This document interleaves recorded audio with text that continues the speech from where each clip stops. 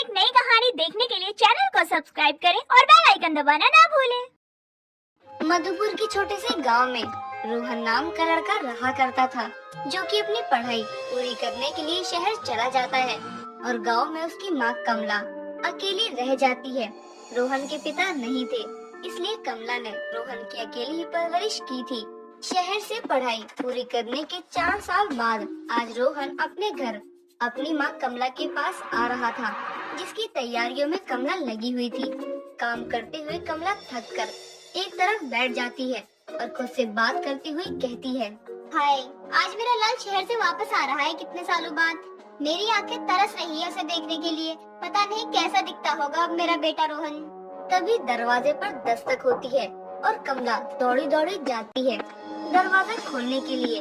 और जैसे ही दरवाजा खोलती है तो देखती है कि रोहन के साथ एक लड़की थी, जिससे रोहन ने शहर में ही माँ को बिना बताए शादी कर ली थी और उसका नाम था सोनल। सोनल ने छोटी सी ड्रेस पहनी थी, जिस वजह से गांव की सभी औरतें और मर्द उसे ही देख रहे थे। ये देख कमला रोहन से कहती है, हे राम, ये आधे कपड़ों की दुकान कौन है रोहन? और तू इसे अपने साथ क्यों लाया है यहाँ? देख तो कैसे कपड़े पहनी है ये, पूरा गांव इसे देख रहा है। अरे माँ, शहर में ऐसे कपड़े पहनते हैं, आजकल फैशन है ये। अच्छा जी, शहर में क्या सारी लड़कियाँ ऐसे आधे कपड़ों में घूमती है?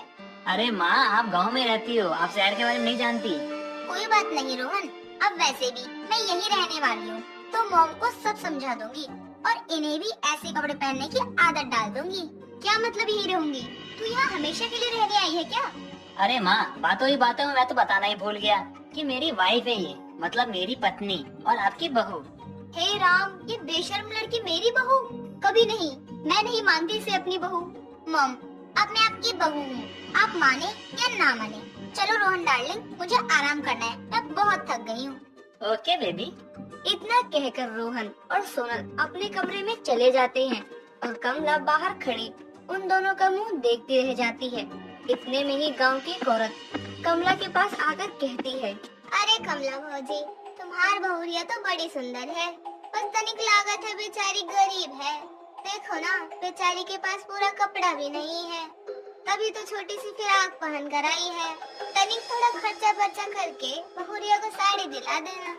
आहा, तुमको बड़ा तरस आ रहा है हमारी बहुरिया पर। इतनी अच्छी लग रही है तो ले क्यों नहीं जाती, अपने बेटी से शादी करा दियो। कैसे मजाक कर रही हो भौजी, आखिर वो तुम्हारी बहुरिया है। हमार बहुरिया है ना, तो जाओ अपन काम करो, हमारे घर की पहरेदारी मत करो, जाओ निकलो। हाँ, जाते हैं। हे भगवान, इस लड़की ने तो मेरी नाक ही काट दी पूरे गांव में। इस लड़की को लाकर मैं भी देखती हूँ कैसे रुकती है इस घर में। इसे नानी याद न दिला दी ना तो हमारा नाम भी कमला नहीं। इतना कहकर कमला भी वहाँ से अपने कमरे में चली जाती है। अब रात में कमला सबके लिए खाना बना रही होती है और इतने में वहाँ पर सोनल आती है और कमला से कहती है, मॉम, खाने में क्या बना रही हो आज आप? ये मॉम क्या लगा रखा है तूने? मैं कोई मॉम नहीं हूँ, समझी? मम्मी जी बोल मुझे तू। ठीक है मम्मी जी, अब बताएं खाने में क्या बन रहा है? छोले भटूरे बना रही हूँ। छोले भटूरे? ये तो बहुत ऑयली होते हैं, मैं नहीं खाने वाली ये सब।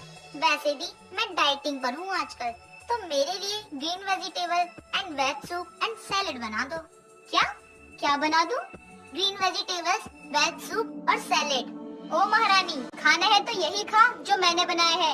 ये तेरा शहर नहीं है तो तुझे मैं अंग्रेजी खाना बना कर दूं।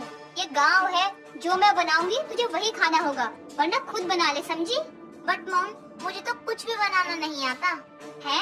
कुछ भी बनाना नहीं आता? फिर तूने इतने साल शहर में बसे टांगे दिखाने वाले कपड़े पहनना सीखा है क्या? अरे हाँ, याद आया, एक चीज मैं बहुत अच्छे से बना लेती हूँ। और वो क्या है? Maggi noodle. हे भगवान, कौन सा बुरे कर्मों की सजा दे रहा है तू मुझे? अभी जो बना है वो खा चुपचाप तू।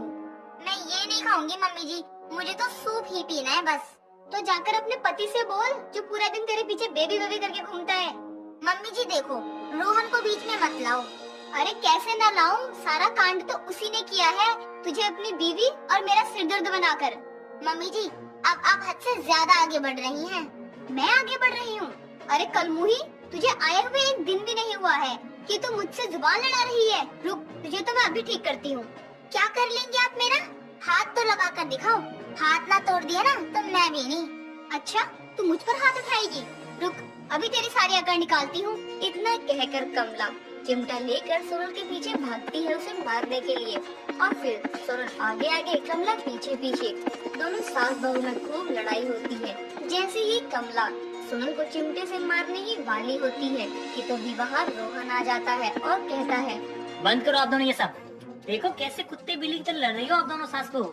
तभी एकदम से सोनल कहती है, मैंने कुछ नहीं किया बेबी, तुम्हारी मम्मी ने शुरू किया है। देखो कैसे मुझे चिमटे से मारने को आ रही है ये। अरे बेटा, मैंने कुछ नहीं किया, ये झूठ बोल रही है। इसने शुरू किया। मैंने कहा छोले भटूरे बना रही हूँ, खा ले, तो कहती है मुझे तो सूप पीना है। तू ही बता, तेरी इस बूढ़ी माँ को कहाँ कुछ आता है बनाना बेटा? सोनल, तुम्हें पता है ना ये गांव है, यहाँ शहर जैसी चीजें नहीं मिलती है, और फिर भी तुम जिद कर रही हो। और माँ, आप तो बड़ी है ना, आप इसे प्यार से भी तो समझा सकती थी। हाँ हाँ बेटा, तुझे तो अब तेरी बूढ़ी माँ ही गलत लगेगी। आखिर अपनी पसंद की बीवी जो लेके आया है ना। देखो तो कैसे नाटक करके दिखा रही है ये बुढ़िया। लगता है अब इसे सीधा करना ही पड़ेगा। माँ आप बस करो, जब से आया हूँ तब से ये ड्रामा देख देख कर थक गया हूँ मैं। अब सोने जा रहा हूँ, मुझे नहीं खाना कुछ भी। इतना कहकर रोहन अपने कमरे में सोने के लिए चला जाता है और दोनों सास बहू एक दूसरे को नफरत भरी निगाहों से देखती हैं। और फिर ये दोनों भी अपने अपने कमरे में चली जाती हैं। अगली सुबह कमला जल्दी से उठकर सबके लिए नाश्ता बनाती है और जानकर ऑयली नाश्ता, हलवा और पूरी बनाती है ताकि फिर किसी बात को लेकर सोनल से झगड़ा कर सके और उसे इस घर से निकाल सके। सभी लोग अब खाना खाने के लिए टेबल पर बैठ जाते हैं। तभी नाश्ता देखकर सोनल कहती है, OMG, ये तो कितना ऑयली है। मैं ये सब नहीं खा सकती हूँ, मेरी पूरी डाइट खराब हो जाएगी। ओहो, अरे बहू मुझे माफ कर देना, मैं तो भूल गई थी कि तू डाइटिंग कर रही है, वरना इतना सारा तेल वाला नाश्ता नहीं बनाती। मैं समझती हूँ इस बुढ़िया ने जानकर बनाया है कि मैं ये सब ना खा सकूं। अब कुछ ना कुछ बोलूं जिससे कि रोहन मुझ पर गुस्सा करे। कोई बात नहीं मम्मी जी, मैं खा लूंगी थोड़ा थोड़ा। इतना कहकर सोनल थोड़ा बहुत नाश्ता कर लेती है, पर उसे ज्यादा खाया नहीं जाता, तो वो वहाँ से उठकर चली जाती है। ये देख कमला मन ही मन खुश होती है। अब कमला रोज कोई न कोई बहाना ढूंढती है अपनी बहू से लड़ाई करने का, पर सोनल भी तेज थी, वो कमला को बाजी मारने नहीं देती।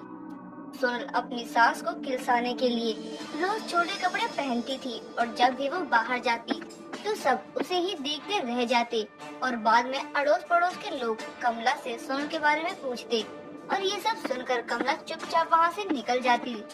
ऐसे ही एक दिन कमला सोनल को कहती है, देख सोनल, तुझे घर पे जो करना है कर, जो मर्जी कपड़े पहनने हैं पहन, पर बाहर ऐसे कपड़े पहनकर मत जाया कर। सब मुझे आकर कहते हैं कि तेरी बहू को शर्म नहीं है, बीच बाजार में छोटे छोटे कपड़े पहनकर घूमती है। तो मैं क्या करूं? मुझे तो ऐसे ही कपड़े अच्छे लगते हैं और दूसरों के बोलने पर मैं अपनी आदत क्यों बदलूं? देख बहू, सास बहू की लड़ाई एक तरफ है और घर की इज्जत एक तरफ।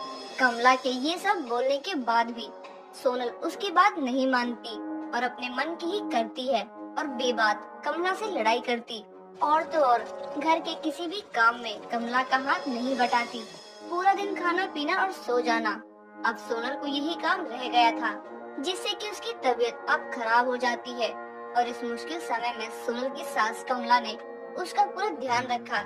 ये देख सोनल को बहुत पछतावा होता है कि उसे अपनी सास से नहीं लड़ना चाहिए था और वो कमला से कहती है, मम्मी जी मुझे माफ कर दो, मैं बेबात की ही आपसे लड़ाई करती रही, उसके बाद भी आपने मेरा कितना ख्याल रखा, मुझे माफ कर दो मम्मी जी। अरे कोई बात नहीं, तू अभी नादान है और मैं भी तेरी तरह तुझसे लड़ाई करने लगी, पर अब तुझे तेरी गलती का एहसास हो गया है तो ये अच्छी बात है बेटा। इतना कहकर दोनों ही एक दूसरे के गले लग जाती हैं और उस दिन के बाद से दोनों सास बहू में कभी लड़ाई नहीं हुई। और इसके साथ ही सोनल ने भी छोटे कपड़े पहनना बंद कर दिए और अपनी सास के साथ साथ घर के कामों में हाथ बटाने लगी। दोस्तों, अगर आपको ये कहानी पसंद आई तो इसे लाइक करें, शेयर करें और कमेंट करके बताएं कि कहानी में आपको सबसे अच्छा क्या लगा।